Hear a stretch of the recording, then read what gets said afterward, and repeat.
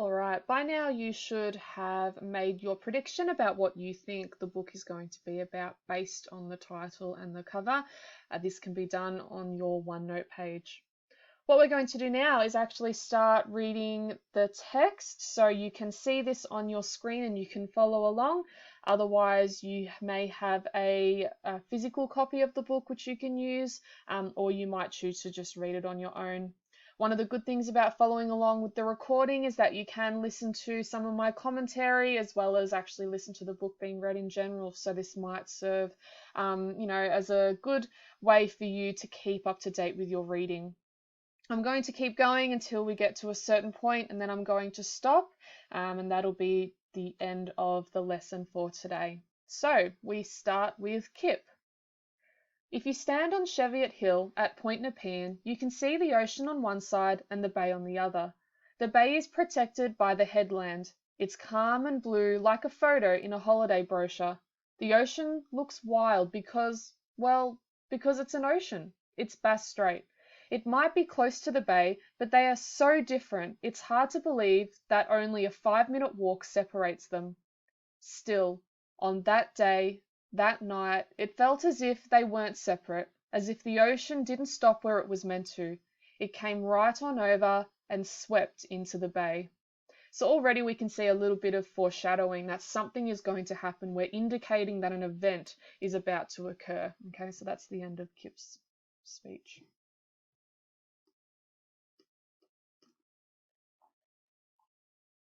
Now we move to Annie.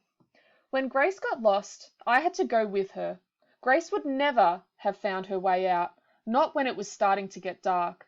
But, as it happened, neither of us found our way out. I couldn't find it either. Grace, she's my sister. She's exactly 11 months older than me. That means that for 1 month every year, we're the same age. That month is June, and it was June when Grace got lost. June the 25th, when we were both 12. In my opinion, winter at the beach is almost as good as summer. I wouldn't know what Grace prefers because Grace isn't the sort of person who likes comparisons, or lists of her favourite things to eat, or anything like that. You can't pin Grace down on anything. In winter, we play tracking. Two people wait, and the rest go and hide in the dunes. You have to leave markers, like arrows made of sticks, to show where you've gone. You've got half an hour to hide, and then the others come to find you. You can leave tracks and markers, and they're straightforward, or you can try to trick the finders. You can leave tracks to the water and then along the water's edge, so that there are no footprints to follow. Sometimes I walk backwards really carefully in my own footprints. Grace got lost because she saw a penguin. She loves animals, and she wants to be a vet. I don't mind animals. Basically, I can take them or leave them. But Grace would never leave an animal anywhere. That was what got us into trouble. We were playing tracking at Point Nepean. It's a thin strip of land that stretches out into the sea. It's a peninsula. Mum had walked home with our little brother Simon, but I wanted to hide without him tagging along. So Dad, Grace and I were having one last game. Point Nepean used to be called Fort Nepean, and the army still uses it for training. There are cyclone wire fences everywhere and signs that say, "Do not touch anything, it may explode and kill you." Those signs make me laugh. Nothing's going to kill me. But Grace always gets that worried look on her face when we pass one. "Don't be stupid, Grace," I said. "Nothing's going to get you." I made an arrow with 3 sticks pointing in the wrong direction to trick Dad. Then we went down along the beach all the way to the end. Kip. One thing you'll notice through this story is that it does change between different perspectives. So we're starting to gather different stories and different perspectives of each of the characters at this one place. Now we move on to Kip. I remember the date, June the 25th, the first day of the school holidays, and just after my birthday. It was winter, but the afternoon was warm, almost as if summer were about to begin. It was the sort of day when you look at the water and want to dive in. The sun's sparkling on it, and it's welcoming, and you can't imagine that it would be cold. I was walking down the beach. I had my headphones on, so I saw the whole thing with no sound. I mean, there was sound, just not natural sound. What I really mean is, that I saw the whole thing to music. It was a bit like a music video, the way I saw it. You know, when you've got headphones on and you feel disconnected from the world, you're putting one foot in front of the other, but you can't hear your footsteps. Well, I remember what happened. I don't think there were any sounds anyway. I went along the road, and there was this kid, and he jumped out of a car. While it was moving, it wasn't going that fast. It was slowing down outside the shops, but this little kid got out and he stumbled and then he ran. He ran right across the road with cars going by. He wasn't looking at me. He wasn't seeing anything, and he ran straight into me. His face was screwed up, angry. He looked at me for a second, probably less, and I had this feeling. It was as if he wanted to ask me something, wanted me to give him some kind of answer. Maybe he even spoke, but all I heard was music in my head. I didn't do anything. I didn't even take off my headphones. It all happened so quickly, and then he ran off through the trees toward the foreshore. I could see this lady in the car, and I thought it was probably his mum, but she didn't get out or call to him. She kept driving, slowly at first, then a little bit faster, staring straight ahead at the road. She looked in a complete daze. She wasn't doing anything at all about the kid. She was just letting him go. I headed over to the foreshore and then down onto the beach. I couldn't see that kid. Not anywhere. He disappeared. Annie.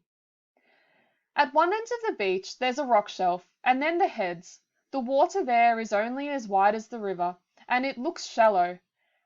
You can see Point Lonsdale on the other side. It seems really close. If you were a good swimmer, you could probably swim across. Even though the water in the heads is flat, there are currents and whirlpools under the surface. It's because there's so much water pouring through such a narrow gap. Grace and I watched a ship go through the heads. Then we left an arrow for Dad and walked back the way we'd come. I was walking fast, but Grace wasn't keeping up. She's always wandering along, not concentrating. "What's that?" she called out. "Annie, a penguin!" I turned around. It was a penguin, a little fairy penguin in the water. "It's all on its own. It's lost," said Grace. "Look, it's swimming in circles." We followed it along the water's edge. It struggled in the current. Grace wouldn't take her eyes off it. The water lapped at her runners, but she didn't care. We went with the penguin all the way down the beach, past the spot where you go up to the car park. We walked over the rocks, around a point, and when we'd nearly reached another point, a wave washed the penguin towards the shore. It collapsed on the beach at Grace's feet. Its little body was going in and out. Grace knelt in the wet sand. "I bet it's got oil on its wings," she said. "We have to help it." There was no point arguing because Grace was not going to leave this penguin. I'm used to Grace and her animal rescues. She talked to it gently. Then she tried to pick it up, but it made a squawking noise and squirmed out of her hands. "Watch out, Grace," I said. "It'll peck you." After about 20 minutes, she managed to get it into the backpack. She zipped it up nearly to the top. "We can take it home and wash the oil off," Grace said. She lifted the backpack as if it was a newborn baby. "We can look after it till it's better." I stood up. The tide had come further in. The weather had changed quickly and I hadn't noticed. Half the sky was covered with a long, dark cloud. We'd forgotten about the tracking and we'd come a long way, right past the quarantine station. "Are we even allowed up this far?" I asked Grace, but she was only interested in the penguin. At this point, waves washed over the rocks that jutted into the bay. "We'll have to get around here quickly," I said. Grace didn't think we could. "No, Annie," she said, still nursing the backpack. "Let's go back the way we came. We've been so long. Dad might have gone back to the car." The air had become cold. I didn't want to walk back the way we'd come when we could take a shortcut. From here we would be near the car park if we went up and over the hill. It was too steep on this side, but if we get around the point, we could climb where the land looked lower. It would only take a few minutes. I looked at my watch. "Grace," I told her, "it's nearly 4:30. It'd take us half an hour at least to walk back that way. And look, a storm's coming." She frowned at the sky. "Come on," I said. I helped you with the penguin. Dad won't find us this far up because we've stopped leaving tracks. If we get around these rocks, we can go up over the hill to the car park. We don't need to go back to the track. We climb up here." "Look at the water! The tide's coming right in," Grace said. "Hurry up then," I said. The low dark cloud had broken up and moving over the sea. I took the backpack from her and didn't want to hand it over. She didn't want to hand it over. I grabbed it. "Let me carry it." She let me have it because she knew she's unco. I'm a good rock hopper. Put it in your backpack," she said. "Be careful, Annie." I slung the backpack over my shoulder and off I went, jumping from one rock to the other around the point. The penguin tapped my back. Further out to sea, it had already started raining. Waves washed up and covered the black rocks again. Then they pulled back and the rocks appeared again. They glistened. Cold wind was coming from the river. I had to time my jumps for when the waves went back. I knew not to jump on the smooth sloping rocks, but my runners were wet and I slipped. I grabbed on a rock, but the backpack slid off my back. I almost fell in too. One of my new runners was full of water. "Annie!" Grace called out. "The penguin!" I scrambled on the rock. I almost grabbed the backpack. I touched the strap with my fingers, but the sea was pulling it. In the backpack were the keys, Simon's jumper, my Roxy wallet, Dad's mobile phone, and the penguin. I jumped onto another rock and reached for the backpack. A wave came over my feet. The wind was getting stronger, quickly. I went further out. This rock was taller and steep. I grabbed the tip of it and stood with my arms out, balancing. There were no rocks left. I was standing on the only one not covered by water. I could see the backpack moving away in the current. "I told you we should have come this way," called Grace from behind me. "Why don't you ever listen?" So we notice that we end on these cliffhangers. We don't actually know what's going to happen, but we can tell that something is building. Something maybe bad is going to happen due to that idea of, the foreshadowing, this storm that's coming in. Things are getting worse. So let's find out what's happening to Kip. I walked along the pier. At first, the water was clear and shallow. I could see dark patches of swaying seaweed. A ship had come in through the heads. It was quite close. There were others further out, weird shapes as still as statues. I could see the car ferry coming over from Sorrento, a few people standing on the top deck, clean, sharp silhouettes, as if they'd been cut out of tin, leaning against the railing. The sun shone on them, but there was a dark cloud behind. When I looked back at the beach, I could see some of the big houses towards Point King, but the kid wasn't around. The houses along the cliff have signs, security service. No beach access, keep out, private property. They're great big houses with views right over the bay. You don't see too many people around during winter, except for staff, pool cleaners, builders, gardeners with leaf blowers, and ride-around mowers. A security car. I leaned on the rail at the end of the pier and watched the ship head towards Melbourne. I like watching the ships. When you think about it, the only way out of Australia is across water. And here, in Port Phillip Bay, you can't get out unless you go through the heads. Across the bay, I could see the faded shapes of city buildings on the horizon. Melbourne. A long dark cloud was coming over the western sky, but a patch of sun was still shining on the city. It made me think of that famous convict William Buckley, who escaped from the settlement at Sorrento. He had got in a boat and thought he was heading north towards Sydney, but he wasn't. He was just going around the bay. If Melbourne had been there in those days, he would have gone straight past it. As it turned out, he ended up at Point Lonsdale, just across the heads from where he started. William Buckley got lost. He should have gone through the heads, out to the back beach, the ocean side, because the other side of that horizon is the rest of the world. I walked back to the shore and past the jetties. The wind had changed direction. It had become colder, stronger. Further up, I could see two people wading in the water. They were so far away I couldn't tell if they were kids or adults. I watched the tiny waves breaking on the sand like surf beach waves, but miniature. The dark cloud was moving in fast. It raged against its ragged edge looked torn against the blue sky. I was thinking I should probably go home. I was just wondering where that kid could have got to. when I saw this guy wearing a red and yellow jacket sitting on a jetty and dangling his feet. "G'day," he called out. I wasn't sure if he was talking to me, but there was no one else around. I noticed the sign on the jetty, "Private property, keep off." He saw me looking at it. "I'm allowed to sit here, it's a free country." I don't think he was allowed to sit there if the jetty wasn't his property, but I didn't say anything. I nodded and kept walking. "I suppose you recognize me." He said it in an aggressive way, as if he were confronting me with it. I stopped. It was an odd thing to say.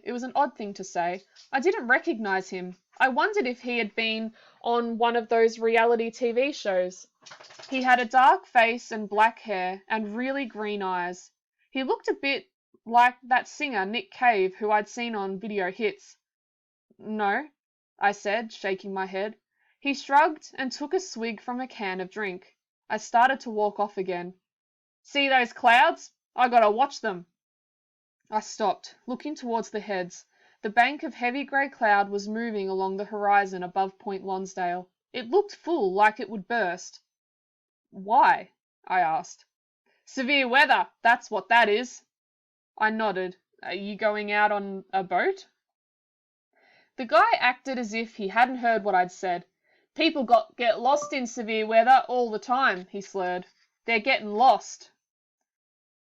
That reminded me of the kid I'd seen. I wondered if he was lost.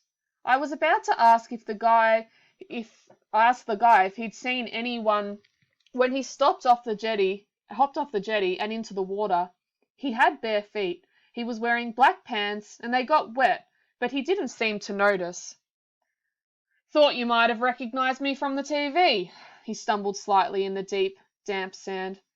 "Oh, right," I said. "I don't watch many of those reality shows. Sometimes I watch Big Brother, but—" He interrupts me. "No, not those deadbeats."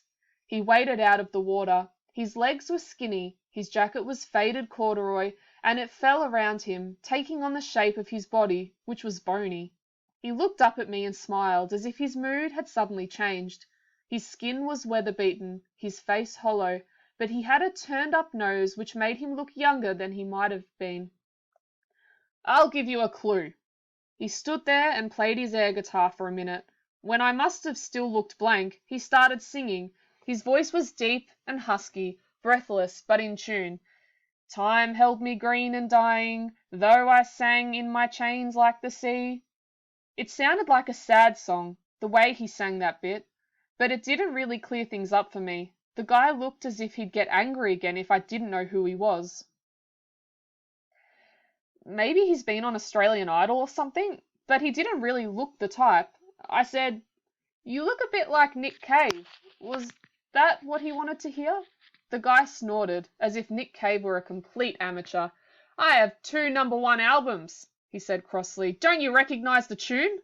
Suddenly he swore and lifted his foot. Bright red blood spilled down between his toes and dripped on the sand. "Are you okay?" I asked. "Cut my bloody foot, didn't I?" He took his foot in his hand and hopped around, nearly overbalancing. I had a look at it. I could see the cut. It was a deep gash in the shape of an eyelid. "Maybe you stepped on a shell or some glass," I said. "Hang on, you've got something in it." He toppled over and sat in the sand. "Where?" He lifted his foot again and peered at it. "Get it out, can you?" I held his foot still. It was white and cold. Blood ran down onto my hands and on the sleeve of my shirt. I ran my finger along and felt the jagged glass. I pulled it out quickly. He flinched. I held it up. It was a piece of beer bottle. Then the guy's foot bled more. "Better wash it," he said, hobbling to the water's edge. I followed him and washed the blood off my hands. It was still on my sleeve, and I'd got it down my front as well. Red threads trailed off into the icy water. The guy winced. Spattering rain blew in from the sea and formed tiny, perfect circles on the sand. I wanted to walk off, to leave him. I didn't like him. I didn't want to help him any more. He limped back to the beach. "It looks like a pretty bad cut," I said. "You might need stitches." He was making little groans as if his foot really hurt. "I'd better get going." I started to walk away. The #1 albums, he muttered, ignoring what I'd said. You can't remember? 1990 and 1996? That explained things. I was born in 1990, I told him. You look older than that, he said, as an accusation, as if I had deliberately misled him. You don't look like a child to me. I'm not a child, I said. I'm 14. Yeah, well, he said sulkily, you look older. That's not my fault, I felt like telling him. A cold breeze came across the water. The little waves overlapped each other and sounded more urgent. The clouds now covered half the sky. I couldn't see Melbourne anymore. I decided to head home. Then I remembered the kid. Maybe he'd gone up the beach the other way. Did you see a kid around here? I asked. There was a little boy on his own. He ran out of a car down to the beach. He looked at me strangely, and it dawned on me. I realized that by the way he was sprawled on the sand, that he was speaking and falling about. It wasn't just that. He'd hurt his foot. He was drunk, completely drunk, at 4:30 on a Monday afternoon. A kid? He asked, and then he smiled. So one thing we're going to notice here is his demeanor in this. The fact that at the end, when Kip is asking him about a kid that he had seen, that he smiled. So this might indicate something, a little bit sort of deeper than what he is showing. So we're going to find out a little bit more about that a little bit later. All right, so we continue on looking at Annie. It wasn't my fault. I was only trying to get back the quickest way. I had to step down into the water. It was getting too deep. It was freezing. It almost pushed me over. The rocks were sharp through my Converse runners. They were getting wrecked. The backpack was floating further and further away. I could still see it. It wasn't going out to sea. It was bobbing alongside the rocks in the water. The tide had come right in. There was no beach. The rocks had disappeared. There was just water. Grace was coming out after me. She was stumbling. Her arms and legs looked stiff like a wooden doll. We can't get it, I called. It's too deep. She stopped. The water ran past her and over her and around her. I started to come back towards her. I can't get it, I said again. Grace stared at me. I told you not to go around on the rocks, she said. The poor little penguin. It'll die in the backpack. It won't be able to get out. I knew what Grace was thinking. She was thinking that I killed the penguin. I looked each way. I was more than halfway around the point. We had to keep going to the other side.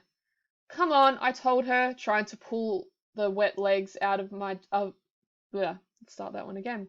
Come on, I told her, trying to pull the wet legs of my jeans up over my knees. When she reached me, I took Grace's hand and we waded through the freezing water. We got around the point, but it wasn't the longer beach that I had imagined. It was a little cove at the end of the cliff. There was hardly any sand left and no sign of the backpack. There was no way we'd be able to get around to the main beach. I looked up. We'll have to climb up here, I said, pointing to the cliff. But she refused and wanted to head back. You won't be able to do it, Grace, I told her. I'm going to get Dad, she said. He can take me in the car around the other way to find the backpack. The current will take it to the main beach. She stumbled through the water, back the way we'd come. Grace, don't be stupid. The tide's even further in. You won't be able to get around. I started to climb the cliff, thinking she'd follow me. Come back, Grace. I climbed up. It was much easier than the rocks. I got to the top and stood there, kicking at small stones. The sky kept changing. Half of it was grey, and the other half the deep blue that comes just before nighttime. Wind blew my hair against my face. I couldn't see Grace anymore. I knew she'd come back. I waited. Even though Grace is older than me, half the time I feel like I'm the one who's older, like I'm the one who should be protecting her. It makes me mad, the way I feel I have to take care of her, and now I couldn't see her at all. So in this moment, you would be making a prediction. Okay, so in your head, you'd be thinking, all right, what might have happened to Grace? Will she come back? Won't she come back? We might think about what Annie might do in this situation. So you should be really forming those predictions about what you think has happened to Grace or what is going to happen next.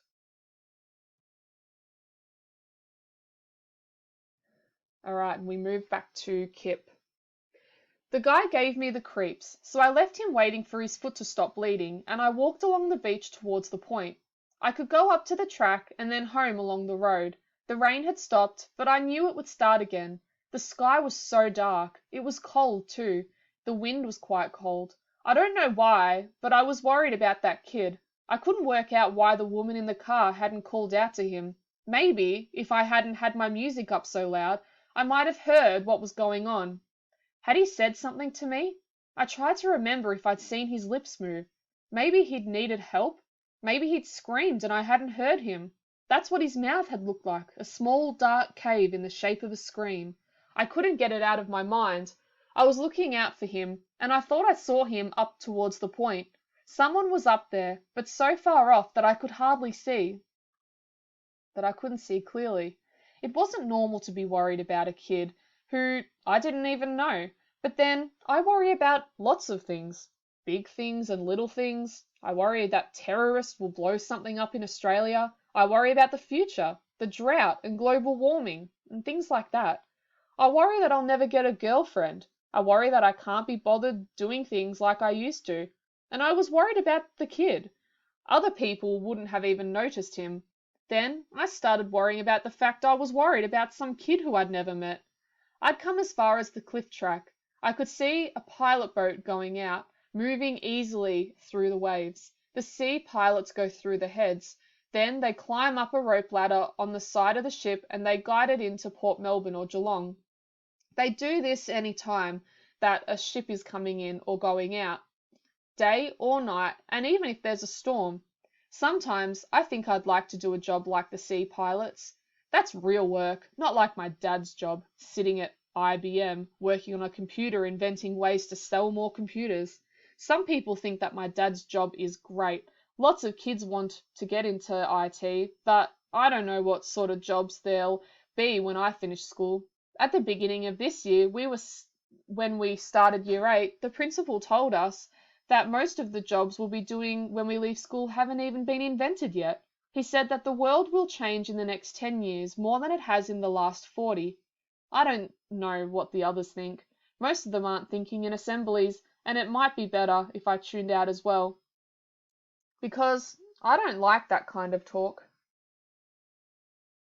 It makes all these questions appear in my mind.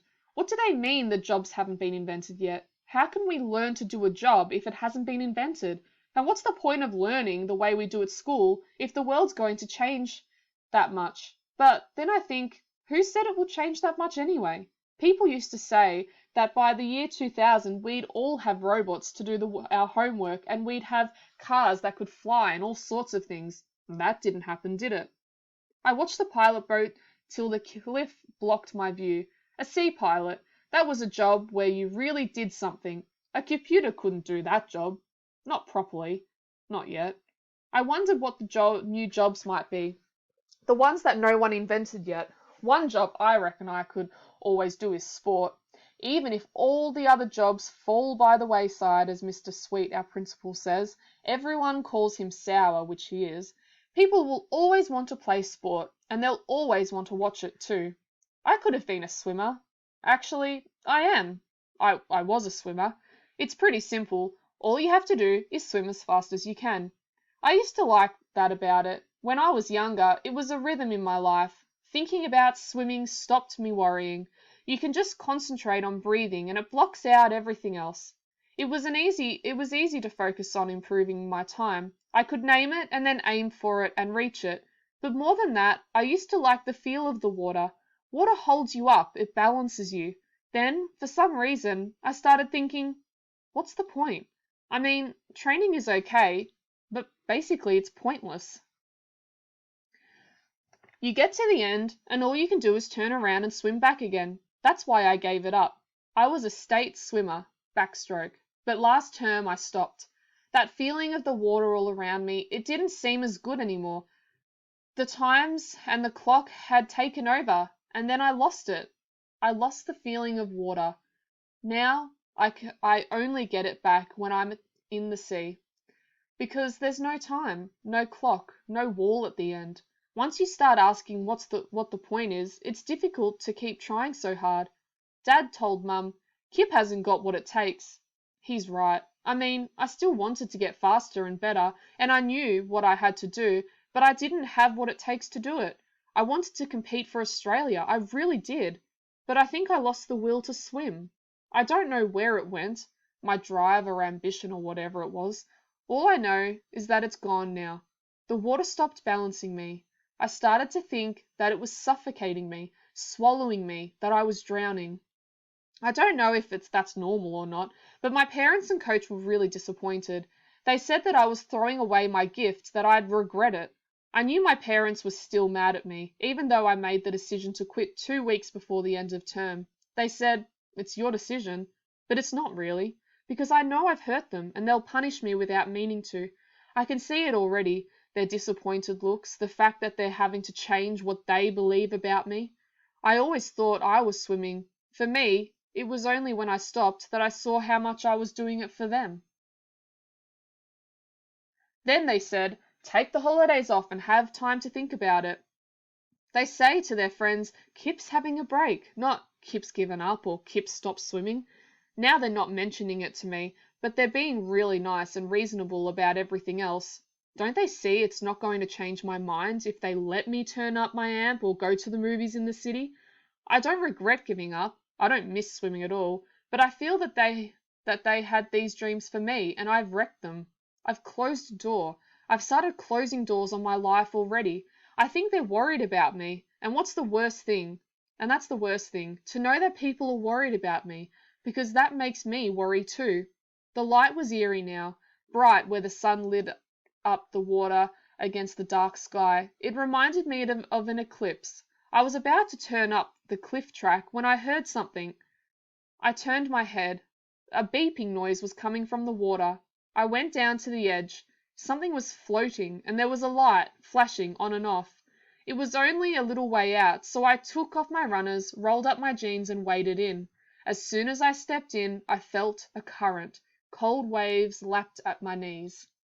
So this point would be another point where you would be making that prediction and thinking, okay, what has he just found? Think about what we already know in the story, what we have heard has happened so far. So what might you think this object could be?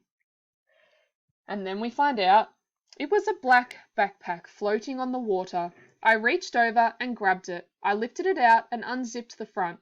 The top part was still quite dry. It mustn't have been in the water very long. There were car keys, and in the outside net pocket there was a phone. That was the light I'd seen. I took it out. It had stopped ringing. There was no name on the backpack. Just as I got it out of the water with it, the phone rang again. Without thinking, I answered. Hello? Who's this? It was a man's voice. Where are you? It's Kip. Who?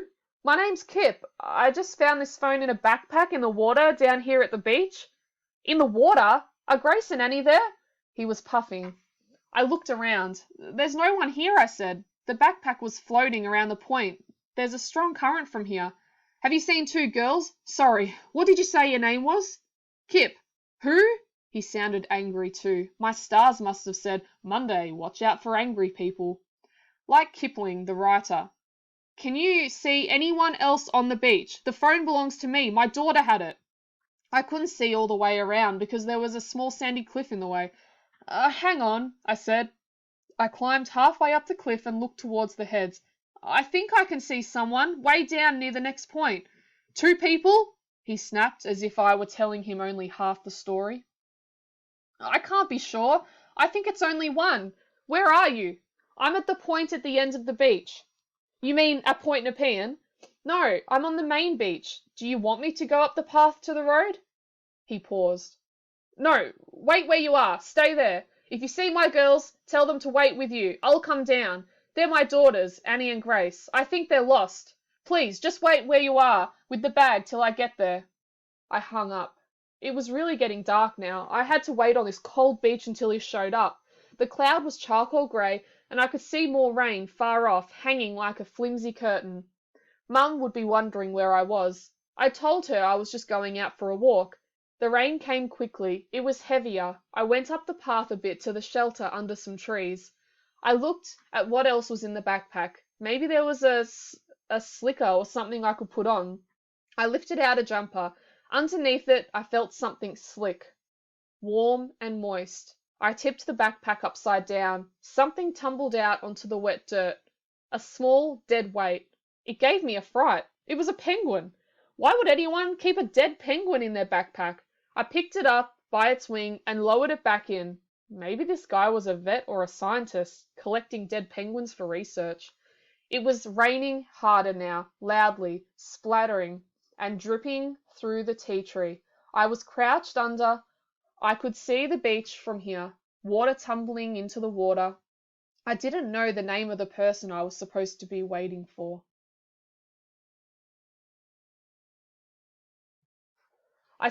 All right, we're back to Annie again. Last few pages, and then we're going to stop for today. You've done really well so far. So we're back to Annie. I stood on top of the sandy cliff and waited to see if Grace would give up and come back. It was raining again, and I was cold. I just wanted Grace to hurry up so we could find Dad and go home. I went to the edge to see if Dad was on the beach, but I couldn't see him. Clumps of soft rock tumbled down, so I moved back. He could have been waiting for us on the path to the car park, where we started the trekking game. He could have gone back to the car because it was so wet. The tea tree rustled. Where was Grace? Behind me was a tall fence with more signs. Danger, keep off, unstable cliffs. The do not touch anything notice was there too. The stupid thing is, I never want to touch anything till I read that sign, and then, all of a sudden, I want to start touching things. Dad would be mad with me. He'd be angry about the backpack, but it was only an accident. I was getting saturated. Through the rain, I could hear music playing, like a flute, far off. Stupid Grace. I always had to wait for her. Where was she? Then I heard her calling. I went over and looked down. Grace was on the base of the cliff. I could see her. I couldn't see her, but I could hear her. I can't get back that way, she called. The tide's up too far. I told you, Grace, I yelled. I told you that would happen. I moved to the edge again. It felt soft under my feet. Then I saw a colour. Her pale pink jacket moved. I can see where you are. Come on, I called. You'll have to climb up here. Can you see the backpack? No, there's nothing we can do about it now. It must have floated out to sea. She started to climb up, then stopped. But the penguin, she shouted. It's in the backpack. The oil destroys their natural waterproofing. If it doesn't drown, it'll die of the cold. Then, of course, she starts to cry. I don't think she was scared. It was because of the penguin. I bet if it had been a person she couldn't reach, she wouldn't have been so upset. But because it was an animal, tears were pouring down her face. We could come back tomorrow and see if it's been washed up by the tide, I told her. But the penguin will be dead. We could still get the keys and my wallet. The rain was getting heavier. The water was right around the base of the cliff, making pools in the rocks and clay. It had been easy for me to climb the cliff, but now I was wondering whether Grace would be able to do it.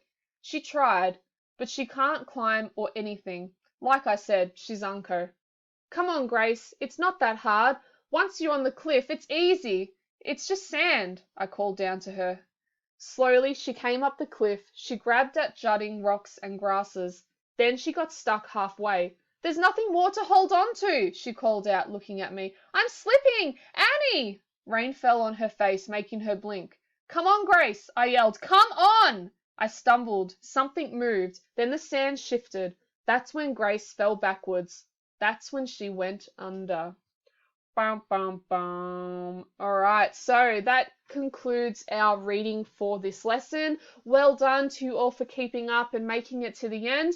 Hopefully we're starting to build a bit of an idea of this, place called Point Nepean, where these characters are all, in some ways, finding troubles or, find themselves in trouble. So we'll find out what happens to Kip and Annie and Grace next lesson.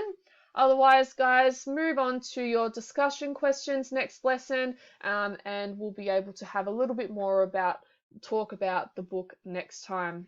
Thank you for listening.